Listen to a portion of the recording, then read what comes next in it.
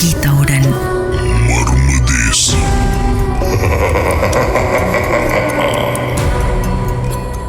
திருமதி வாணி, நடந்தது என்ன?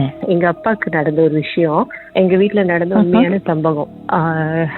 2013 மீஸ் எனக்கு கல்யாணம் ஆச்சு. 2014 அந்த டைம்ல எங்க அப்பாவுக்கு வந்து கொஞ்சம் உடம்பு முடியாம இருந்தாரு. சீக்கு நாங்க நினைச்சோம் அவருக்கு மேமாங்க உடம்பு முடியல, கொஞ்சம் வயசாயிட்டா வர சீக்கு அப்படின்னு தான் நினைச்சோம். பட் ஒரு வருஷம் அந்த 2013 வந்து அப்பா பிளஸ்க்குள்ள வீட்டுல கொஞ்சம் இஷ்யூஸ் எல்லாம் நிறைய வர ஆரம்பிச்சிச்சு.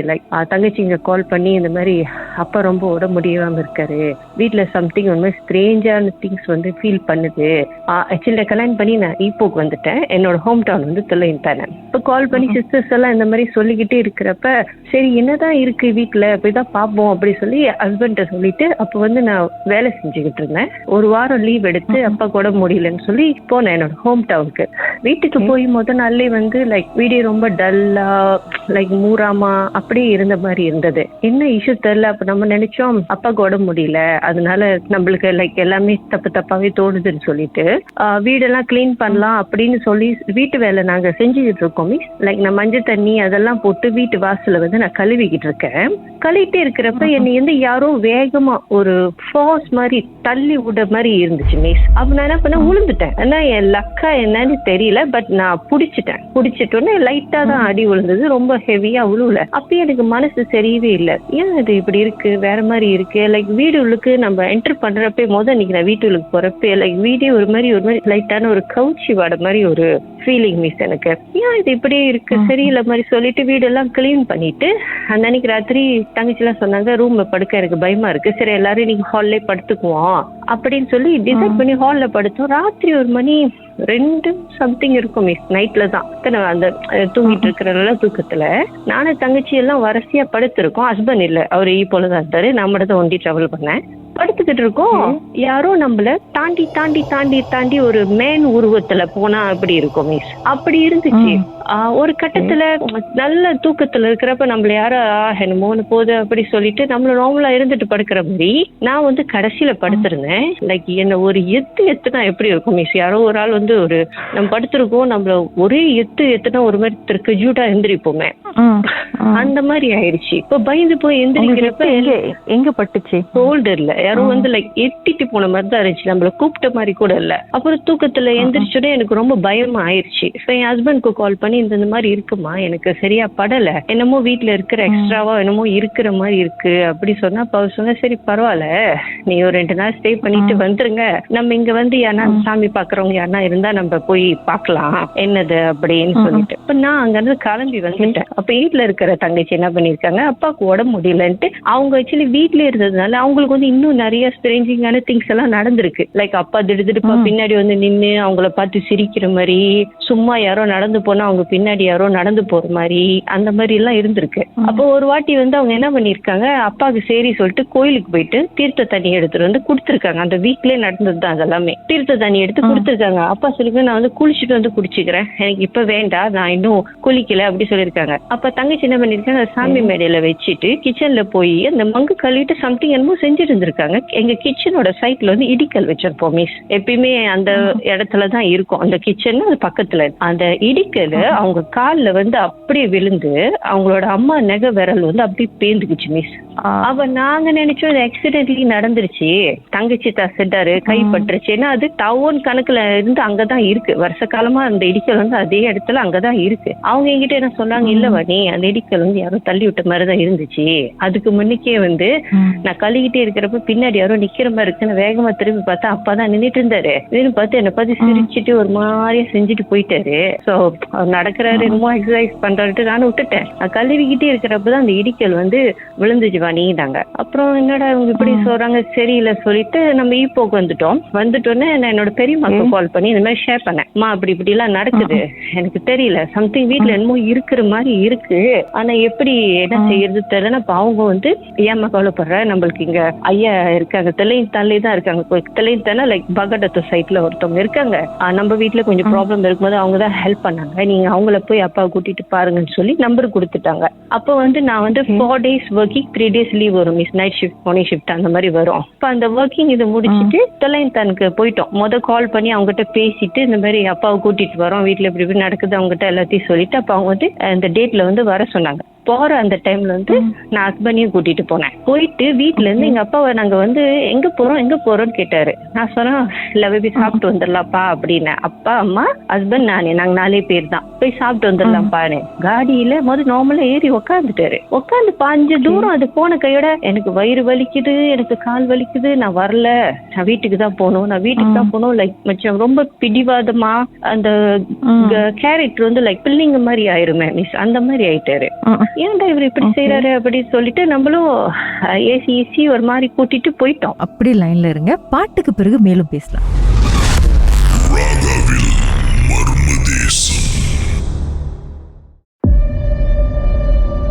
உச்சக்கட்ட அமானுஷ திகில் சம்பவம். சொல்லுங்க, அதுக்கப்புறம் என்ன நடந்துச்சு? அவங்க வீடு பாக்குற அந்த வீடு லைக் படி ஏறி போகணும். அவருக்கு ஏற்கனவே உடம்பு முடியாம இருந்ததுனால அவர் அந்த படி ஏற மாட்டேன்ட்டாரு. அப்ப பாக்குறவங்க என்ன பண்ணாங்கன்னா கீழே இறங்கி ஒரு ஜவமாலை மாதிரி எங்க அப்பா கழுத்துல போட்டாங்க. போட்ட கையோட அத்தனை நாள் சீக்குன்னு இருந்த ஒரு ஆளு அந்த படியை ரொம்ப ஈஸியா ஏறிட்டாரு மிஸ். ரொம்ப நார்மலா ஏறி மேல போயிட்டு உக்காந்துட்டு அப்புறம் அவங்க ஐயா, அவங்க லேடி, அவங்க உடம்புல ஐயா தான் வந்தாங்க. எல்லாம் பார்த்துட்டு ஜவமெல்லாம் பார்த்துட்டு சிரிச்சுட்டு அப்புறம் எங்க அப்பாவுக்கு கொஞ்சம் கனி எல்லாம் கொடுத்து இது இங்க சுத்தப்படுத்த முடியாது, வீட்டுலதான் சுத்தப்படுத்தணும், சம்திங் என்னமோ அவரோட உடம்புல இருக்கு. சோ அதுதான் இத்தனை நாள் அவர் சீக்குன்னு இருந்துச்சு. பட் அவருக்கு சீக்கு இல்ல அந்த மாதிரி சொன்னாங்களா. அப்புறம் என்னடா இவங்க இப்படி சொல்றாங்களா அப்படின்ட்டு அப்புறம் அவங்க இப்போதைக்கு நான் வெறும் உங்களுக்கும் அம்மாக்கும் அப்பாவுக்கும் பாதுகாப்பு கொடுத்து லைக் கனி, பச்சை பேரு, அப்புறம் இன்னொரு கல்லுப்பு ஜாமா சம்திங் அம்மா கிட்ட கொடுத்து வீட்டு வாசல்ல தெளிக்க சொன்னாங்க. தெளிச்சுட்டு அந்த அன்னைக்கு சாங்கி செய்ய வர அன்னைக்கு தங்கச்சி நானு எல்லாருமே அங்க இருக்கணும் அப்படின்னு சொன்னாங்க. சரி சொல்லிட்டு எனக்கு ஒரு மாதிரி பாதுகாப்பு கொடுத்துட்டு அப்பாக்கு அந்த ஜவமாலையை கழுத்துல போட்டு விட்டு கீழே இறங்க சொல்லிட்டாங்க. அப்பாவும் இறங்கிட்டாரு. என்னைய மட்டும் மேல உட்கார வச்சுட்டு அப்ப நீ போவாத அப்படின்னாங்க. உட்காந்துட்டேன். இப்ப லைக் இந்த மாதிரி சாங்கி எல்லாம் செஞ்சா சம்டைம்ஸ் இந்த பேமெண்ட் எல்லாம் வாங்குவாங்கல்ல மிஸ். நான் நினைச்சிட்டேன் அதுக்குதான் அவங்க நம்மள உட்கார சொல்றாங்க அப்படி சொல்லிட்டு உட்காந்துட்டு என்னோட அவங்க கை மேல பிடிச்சு நான் உனக்கு இது சுத்தம் பண்ணி கொடுப்பேன், ஆனா நான் உனக்கு வாக்கு கொடுக்க மாட்டேன் அப்படின்னு சொன்னாங்க. அப்ப நான் அழுவே வந்துருச்சு, என்னடா இவங்க இப்படி சொல்றாங்க அப்படின்னு. கொஞ்சம் உதவி செய்ய மாட்டீங்களா ஐயா, நீ ரொம்ப தாமதமா கூட்டி வந்திருக்க, நான் உனக்கு வாக்கு கொடுக்க மாட்டேன் அப்படின்னாங்க. ஆனா நான் சுத்தம் பண்ணி கொடுக்கறேன் அப்படின்னாங்க. இப்படி சொல்றாங்கன்ட்டு ரொம்ப கவலையாயிருச்சு. அப்ப நான் சொன்ன உதவி செய்யுமா, எல்லாம் கடவுளோட வரோம் சொல்லிட்டு சுட்டுட்டாங்க. அப்ப இதுக்கு நான் பேமெண்ட் கேட்டேன் அவங்க கிட்ட. இல்ல இந்த இதுக்கு உனக்கு என்ன தோணுதோ அது மட்டும் நீ இவ்வளவு வேணும் அவ்வளவு வேணும் எதுவுமே நான் கேட்க மாட்டேன், உன்னோட மனசு என்ன சொல்லுதோ அதுபடி நீ செய்யின்னு சொல்லிட்டு என்கிட்ட சொல்லி அனுப்பிட்டாங்க. இறங்கி வந்தோடனே எனக்கு மனசு உறுத்திக்கிட்டே இருந்துச்சு, ஏன்டா அப்படி சொல்லிட்டாங்கல்ல அப்படி சொல்லி அந்த அன்னைக்கு நைட்டு எங்க அப்பாவையும் அம்மா வீட்டுல டிராப் பண்ணிட்டு நான் ஹஸ்பண்ட் இப்போக்கு கிளம்பி வந்துட்டோம். கீரா இன்னொரு எங்களுக்கு ஒரு 4 days சென்று நாங்க அந்த சாங்கியை செய்ய திருப்பி போனோம். அந்த அன்னைக்கு சாங்கி செய்யற அன்னைக்கு அரி காமி செய்வாங்க. அந்த 4 நாளுமே வீட்டுல என்னால தூங்கவே முடியல மீன்ஸ் லைக் யாரோ ஒரு ஆள் ஈப்போல என் ரூம்ல யாரோ நிக்கிற மாதிரி, யாரோ என்ன டிஸ்டர்ப் பண்ற மாதிரி அந்த 4 days ரொம்ப கஷ்டமா இருந்தது. அப்புறம் சாங்கி செய்யற அந்த நாள் நாங்க காலையில தான் கிளம்பி போனோம். சப்போஸ் பார்க்க போனா நானும் காடி விட்டுட்டு தொலைந்தனுக்கு போனோம். போயிட்டே இருந்துட்டு ஹஸ்பண்ட் சொல்றாரு, நீ காடி நிப்பாட்டுன்னு ஒரு கட்டத்துல சொன்னாரு. அது மட்டும் தான் எனக்கு தெரியும், ஏன் அந்த மாதிரி நிப்பாட்ட சொன்னாருன்னு எனக்கு தெரியாது. ஆனா நான் போயிடலாம்னு சொல்லி என் மனசுக்குள்ளார சம்திங் உள்ளுக்கு என்னமோ சொல்லுது, இந்த காடி பஸ் பண்ணு, திருப்பி விடு அந்த மாதிரி சம்திங் என்னமோ ஒண்ணு எனக்கு சொல்லிக்கிட்டே இருக்கு உள்ளுக்கு. அப்புறம் ஹஸ்பண்ட் ஃபீல் பண்ணாரா என்னன்னு எனக்கு தெரியல, நிப்பாட்டுன்னு சொல்லிட்டு டப்புன்னு நிப்பாட்டிட்டு லைக் நாங்க இப்போ தெளிந்தனுங்க அந்த பழைய தஞ்சன்தோலங் பாதையில தான் போவோம். அது கொஞ்சம் லைக் அந்த மாதிரி காடு மாதிரி அந்த மாதிரி எல்லாம் இருக்கும். ஆனா நாங்க போன டைம் வெளிச்சமான டைம்ல, பகல் டைம்ல தான், அந்த மாதிரி ஒரு மணி 11 அந்த மாதிரி டைம்ல தான் வீட்டுக்கிட்ட போயிட்டு நேசினாரு, நீ எதுக்கு நம்ம காடி திருப்ப பாக்குற, நார்மலா தானே போய்கிட்டு இருக்க, ஏன் நீ வந்து திருப்புற அப்படின்றாரு. அப்படி ஏன் சொன்னா எனக்கு நினைப்பே இல்லம்மா, நீங்க என்ன சொல்றீங்க, எனக்கு நினைப்பே இல்ல அப்படின்னு. வீட்டுல போயிட்டு சரி அவங்க வருவாங்க சாங்கி செய்யறதுக்குன்னு சொல்லிட்டு நம்ம எல்லாம் ப்ரிப்பேர் பண்ணி நான் செஞ்சுட்டு இருக்கோம். கிச்சன்ல மீஸ் என்னோட கூத்து காலில லைக் சம்திங் காலோட அந்த பெரிய விரல்ல இருந்து நம்ம கால் மேலேயே அப்படியே ஒன்னு ஏறினா எப்படி இருக்கும் மீஸ், அது வந்து எனக்கு 100% அப்படியே ஃபீல் ஆச்சு மீஸ். சம்திங் என்னமோ அந்த விரல்ல இருந்து அப்படியே மேல ஏறி எனக்கு லைக் எப்படின்னா நமக்கு வந்து இன்னொரு ஆளு நம்ம உடம்புல இருக்காங்க. அப்ப நான் வந்து லைக் என்னென்னமோ பேசி இருந்திருக்கேன். ஹஸ்பண்ட் அம்மா எல்லாம் கொஞ்சம் பேனிக் ஆயிருக்காங்க. என்னென்னமோ பேசிக்கிட்டு லைக் வந்து ஏன் அந்த மாதிரி அழைச்சு பாக்குறீங்க, பாக்காதீங்க அப்படின்னு அந்த மாதிரி சம்திங் என்னென்னமோ கொஞ்சம் கொஞ்சம் பேசிருக்கேன். கொஞ்சம் எனக்கு ஞாபகம் இருக்கு, கொஞ்சம் எனக்கு ஞாபகம் இல்ல. அப்புறம் ஹஸ்பண்ட் வந்து அம்மா கிட்ட என்ன விட்டுட்டு தங்கச்சி கிட்ட சொல்லிட்டு அது கொஞ்ச நேரம் பாத்துக்குங்க, நான் போய் அந்த சாமியை பாக்குறவங்களா ஏத்திட்டு வந்துடுறேன், அது வாணி செய்யறதும் சரி இல்லாத மாதிரி இருக்கு அப்படின்னு இருக்காரு. அப்புறம் அம்மாவும் என்ன பாத்துருக்கேன், நான் என்னென்னமோ செஞ்சிருக்கேன், எனக்கு ஞாபகமே இல்ல மிஸ், எதுவுமே எனக்கு அது ஞாபகம் இல்ல. அப்புறம் அவங்க வீட்டுக்கு வந்துட்டு உடனே எங்க அப்பா வந்து எப்படி அந்த சோஃபால படுத்திருந்தாரோ அதே மாதிரிதான் படுத்திருந்தாரு. அவர் கழுத்துல வந்து ஜவமாலா அப்படியே போட்டு விட்டாங்களே, அது மட்டும் இருந்துச்சு. அவங்க வந்துட்டு கடைசியில சாமி பார்த்து எங்க அப்பாவுக்கு சாங்கி செய்வாங்கன்னு பார்த்தா என்ன எடுத்து வந்து உட்கார வச்சுட்டாங்க, மகளை கூப்பிடுங்க அப்படின்னு. ஏன் அந்த மாதிரி இருக்கிற அப்படின்னு பார்த்தா அப்பா மேல இருந்தது, அவருக்கு உதவி செய்யறேன்னு அது என் மேல வந்து நான் வீட்டுக்கு போன அந்த அன்னைக்கு ஏறிடுச்சு. ஏறினதுன்னு அந்த கால் வகையில தான். அப்புறம் அவங்க ஐயாவை அழைச்சி வச்சு உக்காந்துட்டு நான் போய் அவங்க கிட்ட வந்து லைக் எனக்கு எப்படி நான் மிஸ் வாயில என்னமோ பேசுறேன், மனசுல வந்து வேற என்னமோ ஓடுது, என்ன வந்து ஹெல்ப் பண்ணுங்க லைக் நான் வாணி வேற ஒரு ஆள் வாயில வேற என்னமோ ஷேர் அவுட் பண்றாங்க. பட் உள்ளுக்கு என் மனசுல நம்ம இருப்போம்ல, அது வந்து என் உள்ளார மட்டும் தான் பேசுது, ஆனா அந்த வார்த்தை வெளியில வர மாட்டுது. இப்படிதான் இருந்தது. அப்புறம் என்ன பண்ணிட்டாங்க, சாமி எல்லாம் அழைச்சிட்டு எல்லாம் இது பண்ணி ஹஸ்பண்ட் கேள்வி கேட்கறாங்க, அம்மா கேள்வி கேட்கறாங்க, என்னதுன்னு பார்த்தா அப்ப இது வந்து ரொம்ப நேரம் நடந்தது மிஸ். மணி ஒரு 7 கிட்ட அந்த பூஜை ஸ்டார்ட் பண்ணாங்க, முடிய ராத்திரி 12 கிட்ட ஆயிடுச்சு. எங்களோட வீட்டுல இத்தனை நாள் என்ன நடந்துகிட்டு இருந்தா மிஸ், என்ன நடந்துச்சுன்னு பாட்டுக்கு பிறகு பேசுவோம்.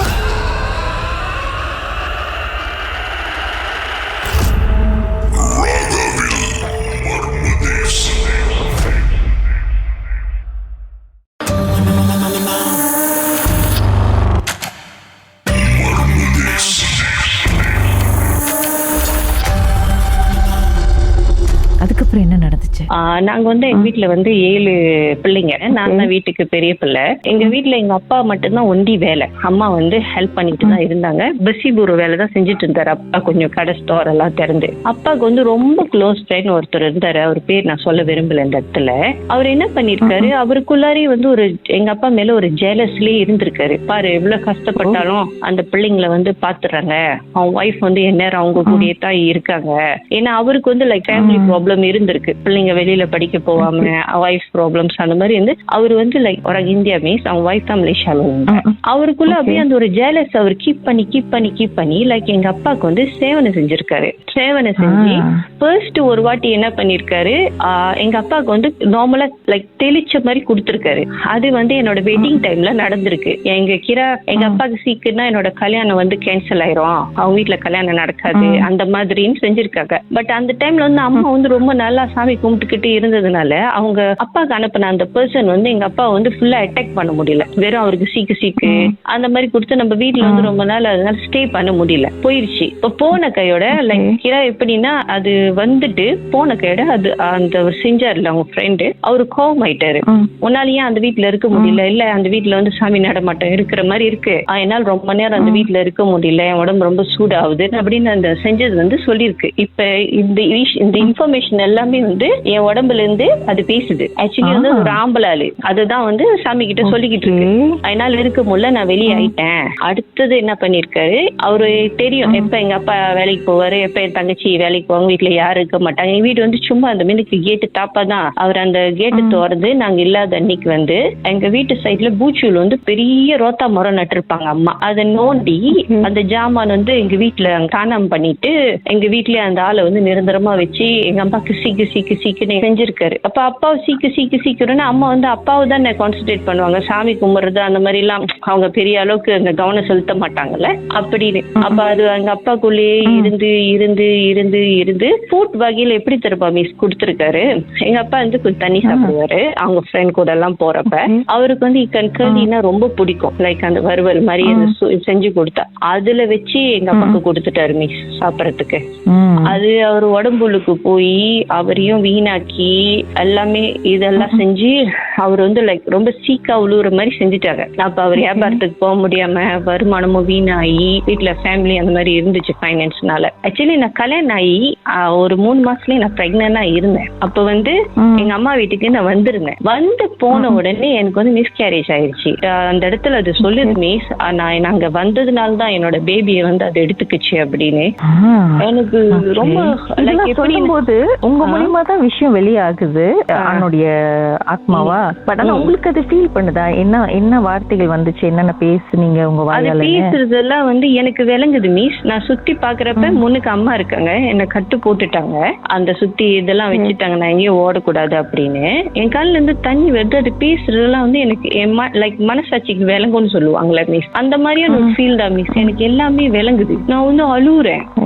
அப்புறம் அழுந்துட்டு நானு நம்ம பேபி போனதுனாலதான் நம்ம ஆக்சுவலி அந்த அன்னைக்கு நான் மஞ்சள் தண்ணி போட்டு கழுவுனதும் என்ன தள்ளி விட்டதும் அதுதான். தங்கச்சி கிட்ட இடிக்கல் தள்ளி விட்டதும் எல்லாமே அதுதான்.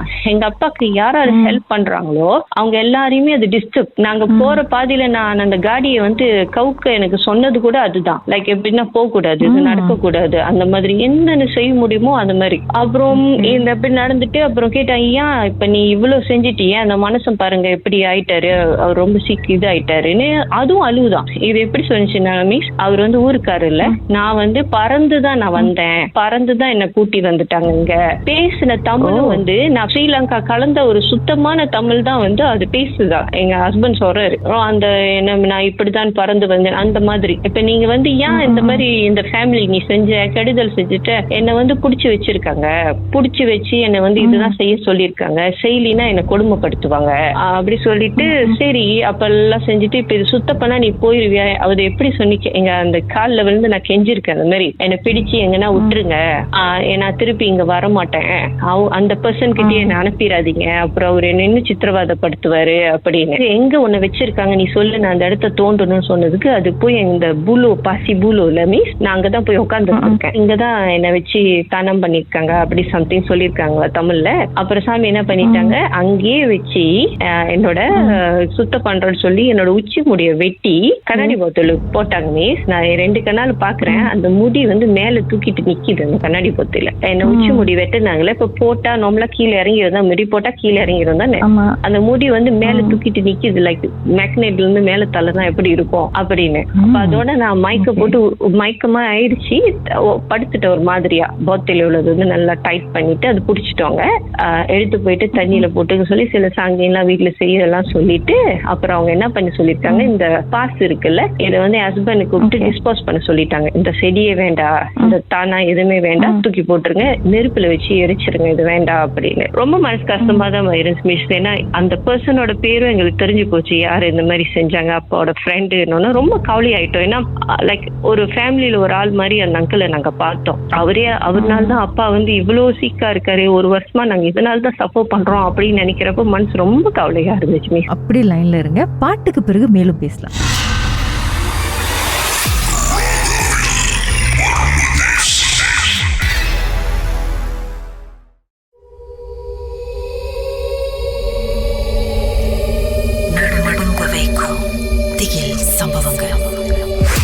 சொல்லுங்க, அதுக்கப்புறம் என்ன நடந்துச்சு? மறுநாள் ஆயிட்டோன்னே அப்பாவை நாங்க என்ன பண்ணோம், அப்பா வந்து பிடிவாதமா இருந்தாரு, ஹாஸ்பிட்டலுக்கே போக மாட்டேன்னு. அப்புறம் என் ஹஸ்பண்ட் வந்து ரொம்ப ஏசிட்டாரு அவங்கள, நீங்க ரொம்ப முடியாம இருக்கீங்க, வயிறு இப்படி உப்பி போய் கிடக்குது, நாங்களும் வேலைக்கு போனோம், உங்க வைஃபும் பாருங்க, எங்க அவங்க மாமியார்ல அவங்களும் எவ்வளவு நாள் உங்களை தூக்கி தூக்கி உட்கார வைப்பாங்க, அவங்களுக்கும் வயசாயிருச்சு, நீங்க ஹாஸ்பிட்டல் போங்க. அந்த வயிற்றுல வந்து தண்ணி உப்பி போய் இருந்தது அவருக்கு. நம்ம இப்போ வந்து சாமியோட இதெல்லாம் செஞ்சுட்டோம், நம்ம மெடிக்கல் இதுவும் நம்ம பார்க்கணும், ஹாஸ்பிட்டலுக்கும் நம்ம போகணும்னு சொல்லிட்டு எடுத்து போய் நாங்க அட்மிட் பண்ண வச்சுட்டோம் மிஸ். அவரை அட்மிட் பண்ணி கொஞ்சம் இந்த கிளீன் பண்ணது வந்து ரிகா மிஸ். வெள்ளிக்கிழமை நாங்க அவரை அட்மிட் பண்ணிட்டு நல்லா ஆயிரும், இதுக்கப்புறம் ஒன்னும் இல்ல, அந்த தண்ணி வயித்துல குத்தி எடுத்துட்டோம்னா நீங்க நல்லா ஆயிருவீங்க அப்படி எல்லாம் சொல்லிட்டு அம்மாவையும் விட்டுட்டு நாங்க வந்துட்டோம் மிஸ். வீட்டுக்கு அவர் அட்மிட் பண்ணிட்டு வீட்டுக்கு வந்துட்டோம்னா ஹஸ்பண்ட் வந்து அந்த பாஸ் இருக்கு மிஸ், எங்க அம்மாவும் ஹஸ்பண்டும் பலமா போட்டு இழுத்து அந்த பாஸ் வந்து செடியை வெளியே எடுக்கிறாங்க. லைக் ஒரு பூனை செத்துட்டு அந்த பாசி உள்ளுக்கு இருந்தா ஒரு ஒமட்டிக்கிட்டு வருமே மிஸ், அந்த மாதிரியான ஒரு வாடை. அந்த வாடையே லைக் வாந்தி வர மாதிரி இருந்துச்சு மிஸ். லைக் எப்படி சொல்லுவாங்க, அந்த புழு கூட நார்மலா அந்த மண்ணு புழு மாதிரி கூட இல்ல, லைக் ஏதோ ஒண்ணு செத்து போயிட்டு அதுக்கு போட்டா அந்த பிணத்துல இருந்து ஒரு மாதிரி புழு மாதிரி வருமே, அந்த மாதிரி வருது அந்த பாச வந்து கவுத்த கைட. அப்ப ஹஸ்பண்ட் என்ன பண்ணிட்டு டப்பு டப்புன்னு எல்லாரும் மூக்கு மூடிட்டு அதை வெட்டிட்டு வீட்டு மின்னுக்கு கொஞ்சம் அந்த ஒரு பாதை இடம் இருக்கும், அங்க கூட்டி எடுத்து போய் நெருப்பு வச்சு எரிச்சிட்டாரு. பாசம் வேண்டாம் ஒண்ணு வேண்டாம். எங்க அம்மாவுக்கு வந்து ரொம்ப செடியர் ஆயிட்டாங்க. அவங்க வந்து எங்க அப்பா வந்து ரொம்ப சாயாங்க. இந்த மாதிரி அந்த அங்கிள் செஞ்சுட்டாரு, அதனால அப்பா ரொம்ப சஃபர் பண்ணும், அவங்களுக்கு அழுவியே தகன் பண்ண முடியல. சரி, அப்புறம் ஹஸ்பண்ட் என்ன பண்ணாரு, அவனுக்கு கவலைப்படாதீங்க எல்லாம் நல்லா ஆயிரும்னு சொல்லிட்டு அதெல்லாம் கிளீன் எல்லாம் பண்ணிட்டு அவங்களே எங்க அப்பாவையும் அட்மிட் பண்ணிட்டு அம்மாவையும் திருப்பி ஹாஸ்பிட்டல்ல விட்டுட்டு நாங்க வந்துட்டோம். இப்போக்கு மறுநாள் நாங்க வேலைக்கு போனோம்ல ரிசப்டு, நாங்க மார்னிங் ஷிஃப்ட் போயிட்டு நான் வீட்டுக்கு வரேன், போன் வருது எங்க அப்பா ஹாஸ்பிட்டல்ல இறந்துட்டாரு அப்படின்னு. இறந்துட்டாரு. அவ்வளோ ட்ரை பண்ணி ஆனா அவரை காப்பாற்ற காப்பாற்றவே முடியல. அப்பதான் எனக்கு அந்த ஞாபகம் வந்துச்சு, அந்த இடத்துல அவங்க சொன்னாங்களே நீங்க ரொம்ப லேட்டா வந்துட்டீங்க அப்படின்னு. அந்த நினைப்பு வந்து எனக்கு அந்த டைம் தான் வந்துச்சு. அப்படி யானு அப்புறம் அது அப்படியே போயிடுச்சு மிஸ். அவரை இறந்தது, அவரை நார்மலா இறப்பு இதெல்லாமே நம்ம செஞ்சுட்டு எங்களுக்கு எல்லாம் தெரியும் இந்த ரீசனால தான் அவர் இறந்துட்டாரு அப்படின்னு. பட் நம்மளால போய் அவர்கிட்ட கேட்க முடியல. அந்த எங்களோட அப்பா இறந்த அந்த அன்னைக்கு வந்தாரு மிஸ், அவர் மாலை வாங்கிக்கிட்டு. எங்களை அவரை எப்படி பாக்குறதுமா வந்திருக்குமே, எங்க அம்மானால முடியல. எல்லாருமே உட்காந்து அழுகுறோம். எங்க அம்மா கிட்ட வந்து அவர் ஆக்சுவலி பேச ட்ரை பண்ணாரு. எங்க அம்மா ஒண்ணு தான் சொன்னாங்க, இங்க இருந்து போயிருங்க இல்லன்னா உங்க மரியாதை கெட்டு போயிடும்னு சொல்லிட்டாங்க. ஏன்னா எப்படி மிஸ் நாங்க என்னத்த ப்ரூஃப் வச்சு நாங்க அவர்கிட்ட கேட்போம். அவரும் ஒரு மாதிரி பிராசான் இது இல்லாம போயிட்டாரு. அதோட சும்மா அந்த மாலை வாங்கிட்டு வந்தாங்க. அவருக்கு குற்ற உணர்ச்சி இல்லைன்னா எங்க அப்பாக்கு அந்த 9 பிரேயர்ஸ் எல்லாம் செஞ்சோம், அதுக்கெல்லாம் அவங்க வந்திருந்திருக்கலாம். அவர் எதுக்குமே அதுக்கு மேல எங்க வீட்டு பக்கத்தே வரல மிஸ். சரி சொல்லிட்டு அப்ப இதெல்லாம் நடந்து முடிஞ்சு 30 எல்லாம் செய்யற வரைக்கும் வீட்டுலதான் சாமி எல்லாம் கும்பிடக்கூடாதுல்ல மிஸ். அந்த 9 நாள் வந்து இப்ப நாங்க தெலுங்கால 9 வரைக்கும் தான் சாமி கும்பிடுவோம். அந்த 9 நாள்ல எங்க அம்மானால வந்து எங்க அப்பாவோட இறப்பு வந்து அவங்களால டேக்கிட்டே பண்ணிக்க முடியல. அவங்க வந்து ரொம்ப லைக் தக்கான் ஆயிட்டாங்க, ஒரு மாதிரியா இருந்தாங்க. அப்புறம் நானும் கம்பெனில லீவு எல்லாம் சொல்லிட்டு ஹஸ்பண்ட் வந்து முடிச்சுட்டு 3 நாள் முடிஞ்சு அவருக்கு கிளம்பிட்டாரு அவருக்கு வேலை அப்படின்னு. நான் ஸ்டே பண்ணிட்டேன். தங்கச்சி எல்லாரும் வந்து ஒன்னாதான் படுத்திருந்தோம்.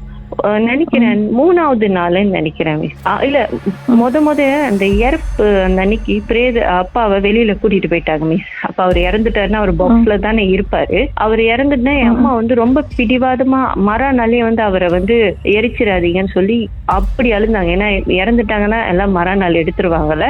எங்க அப்பா வந்து ஒரு நாள் இந்த வீட்டுல இருக்கணும்னு சொல்லி கெஞ்சி கேட்டுக்கிட்டாங்க எங்க கிட்ட. அப்பயே அப்பா இறந்துட்டாரு மறுநாள் பண்ணிடாதீங்க அப்படி சொல்லி கேட்டோடனே ஹஸ்பண்ட் போய் ஹாஸ்பிட்டல்லே சொல்லி அந்த இன்ஜெக்ஷன் மட்டும் லைக் போடுவாங்கல்ல பீஸ் ஒன்னும் ஆயிடக்கூடாதுன்னு அதெல்லாம் போட்டு வச்சிருந்தாங்க வீட்டுல. ஒரு 4 சென்ட் தான் நாங்க எடுத்தோம். அப்பா சத்து இறந்துட்டாரு. நாங்க மண்டே தான் எடுத்தோம். மண்டே எடுக்கிறோம். அந்த கடைசியில அந்த கையச்சி வாங்கிக்க சொல்லுவாங்கல்ல, வாங்கிக்கங்க அப்படின்னு சொல்லி ஒரு கையெல்லாம் வந்து கிராஸ் ஆயிடுச்சு எல்லாமே. அப்ப நான் போய் சயம் பண்றேன் அவர் கைய, திறங்கப்பா நான் அச்சு எடுக்கவே முடியல. ஏன்னா கிராஸ் அப்படி கங்கா மாதிரி ஆக ஆரம்பிச்சிருச்சு அப்படின்னு நான் திறந்து சயம் பண்றேன். அவரோட விரல் 5 விரலுமே அப்படியே விரிஞ்சிச்சு மிஸ். விரிஞ்சு அந்த அச்சுக்கு வந்து எனக்கு லைக் எப்படின்னா அவ்வளவு கிராஸா இருந்தது, திறக்க முடியல. நான் சயாங் பண்றேன், திறங்கப்பா இது மட்டும் தான் எங்க கிட்ட கடைசியில இருக்கும், இந்த அச்சு எடுத்து ஆகணும்ப்பா எங்களுக்கு வேணும்னு சொல்லி அழுதுகிட்டே இருக்க. விரியுது அந்த விரல். சரி சொல்லி அந்த அச்சு எடுத்துட்டோம், அவரையும் அனுப்பிட்டு அந்த அன்னைக்கு நைட்டே நானு அம்மா எல்லாம் ரூம்ல எல்லாம் படுத்திருக்கோம்ல, பக்கத்துலயே படுத்திருக்கோம். அம்மாவை தனியா விடல, அவங்க ரொம்ப தக்கானா இருக்காங்க, அழுதுகிட்டே இருக்காங்கன்ட்டு நாங்கெல்லாம் அப்படியே பக்கத்துலயே படுத்திருக்கோம். சடின்னு ஒரு காத்து மாதிரி அந்த ரூம் கதவு வந்து திறக்குது. நீ இப்படியே லைன்ல இருங்க, பாட்டுக்கு பிறகு மேலும் பேசுமே என்னதான் நடந்துச்சுன்னு.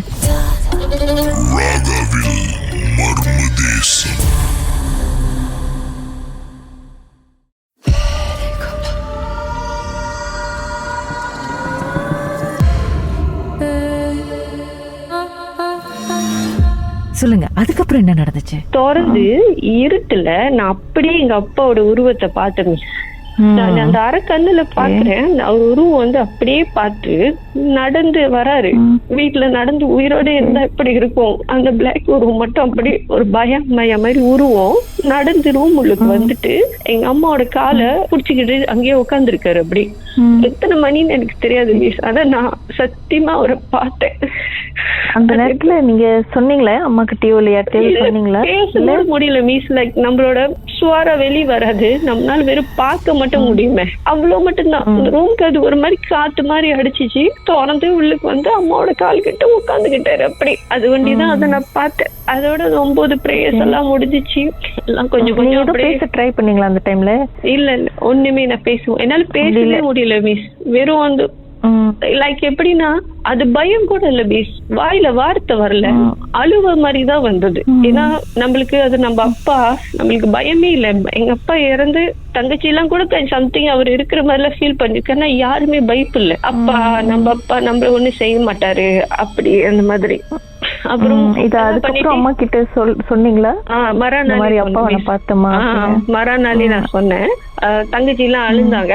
அவங்களுக்கு எல்லாம் என்ன தோணுனா, ஓ பாரு அப்பா உனக்கு மட்டும் உருவம் காட்டியிருக்காரு, நாங்கெல்லாம் பார்க்க முடியலன்னு சொல்லி. ஏன்னா ரெண்டாவது தங்கச்சி வந்து ரொம்ப சாயாங்க அப்பா மேல. அப்ப நான் சொன்னேன், இல்ல ஒண்ணும் இல்ல, அது அப்படித்தான், எனக்கு சின்ன பிள்ளையில இருந்து தெரியும், மேபி அதனால எனக்கு அது சொன்னாங்க, கண்ணில பட்டுட்டு அந்த மாதிரி தோட்டல தான் நான் இருந்தேன். 30 எல்லாம் முடிஞ்சோன்னே திருப்பி வீட்டுக்கு இன்னொரு கட்டு போடலாம், வேற எதுவும் வராம இருக்குன்னு சொல்லி அவங்கள பார்த்தவங்களே தான் நாங்க கால் பண்ணி திருப்பி போய் பார்த்தோம். அப்ப அவங்க தான் சொன்னாங்க, அதனாலதான் வந்து நான் உனக்கு வாக்கு கொடுக்கல, ஏன்னா எனக்கு தெரியும் என்னால் வேணும் கிளீன் தான் பண்ண முடியும். ஏன்னா அவர் உடம்பு வந்து எப்பயோ இறந்துருச்சு, அவர் பாகங்கள்லாம் எப்பயோ அது மத்தி ஆயிடுச்சு. அது வந்து உங்க அப்பாவோட உடம்புல இருந்ததுனாலதான் இத்தனை நாள் வந்து உங்க அப்பா உயிரோட இருந்தாரு. அது வந்து பூண்டு அதோட வேலையை வந்து 6 மாசத்துலயே காட்டிருச்சு.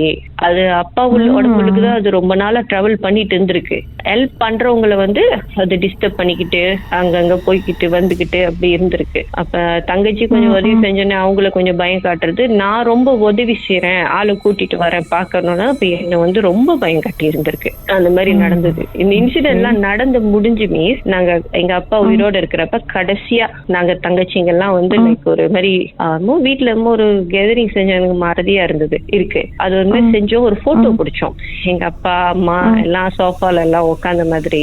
அந்த போட்டோவை ரொம்ப நாள் சென்று ஒரு 2-3 months சென்று இதுதானே நம்ம ஃபேமிலியில நம்ம பிடிச்ச கடைசி போட்டோ, அப்பா உயிரோட இருந்து ஜூம் பண்ணி நல்லா பாக்குறோம். நாங்க எல்லாம் உட்காந்து ஒரு மாதிரி போஸ்ட் கொடுத்து நான் அப்பா பக்கத்துல நிக்கிறேன், எல்லாம் நிக்கிறேன். எங்க அப்பா பின்னாடி மட்டும் அந்த போட்டோல ஒரு பயம் உருவம் இருக்குமே, ஒரு ஆளு எக்ஸ்ட்ராவா இருந்தா எப்படி இருக்கும்.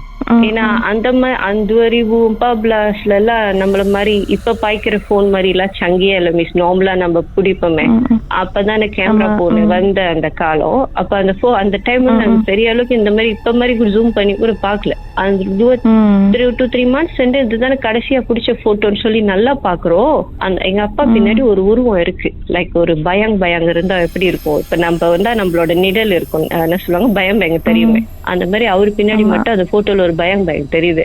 பயம் தெரியுற மாதிரி இருந்தா எங்களுக்கு எல்லாத்துக்குமே தெரிஞ்சிருக்குமே. நானும் அப்பா பக்கத்துல தான் இருந்தேன், அம்மாவும் அதே மாதிரி பொசிஷன்ல தான் உட்கார்ந்து இருந்தாங்க. ஆனா அவரு பின்னாடி மட்டும் இது இருந்தது. அந்த போட்டோ வந்து நான் அப்புறம் சொன்னேன் என்னோட ஃபேமிலி எல்லாத்துக்குமே பாரு தெரியுதுன்னு. அப்பதான் எல்லாருமே ஜூம் பண்ணி பார்த்தாங்க. ஆமா ஆமா அப்படிதான் பார்த்தோம் அந்த இதெல்லாமே. இன்னும் அந்த போட்டோ வச்சிருக்கீங்களா? இருக்கு மிஸ். ஏன்னா அது எங்க அப்பா கூட பிடிச்ச கடைசி போட்டோன்னு எங்க எல்லார்கிட்டயுமே அந்த போட்டோ இருக்கு. அந்த போட்டோ பார்க்க இன்னும் அந்த ஷேடோ பார்க்க உங்களுக்கு இந்த நினைவுகள் எல்லாம் இருந்துகிட்டே தான் இருக்கும்ல. எல்லாத்துக்குமே இருக்கு மிஸ். ஏன்னா இப்ப நான் வந்து அது வந்து எக்ஸ்பீரியன்ஸ் பண்ணேன், ஏன்னா என் உடம்புக்கு பூந்து. பட் எனக்கு வந்து நான் எப்படி பிஹேவ் பண்ணேன்னு எனக்கு தெரியாது. எனக்கு வெறும் என்ன அது பேசுறது எனக்கு உள்ளார விளங்குது. ஆனா அந்த சூழ்நிலையில என்ன பார்த்தது ஹஸ்பண்ட் தங்கச்சி எல்லாத்துக்குமே வந்து ஒரு எக்ஸ்பீரியன்ஸ் மாதிரி இருந்தது. அக்காவுக்கும் பேய் பிடிச்சா இப்படித்தான் இருக்குமா அப்படின்னு எல்லாருமே படத்துல சொல்லுவாங்க, அது கால்ல தான் ஏறும்னு. ஆனா அது ஏறினது உண்மையிலே நான் வந்து ஃபீல் பண்ணேன் மிஸ். லைக் ஒரு அது வேற மாதிரி இருந்தது. நம்ம காலை கஞ்சாங்காயி அது கரெக்டா அந்த நம்மளோட அம்மா விரல்ல தான் அது ஏறி வருது நம்மளோட உடம்புக்கு. ஏன்னா வாட்டி நானு பார்த்தது இதுதான் மிஸ். இப்படிதான் நடந்தது. இப்படி லைன்ல இருங்க, பாட்டுக்கு பிறகு பேசுவோம். ராகவில் கீதாவுடன் மர்ம தேசம்.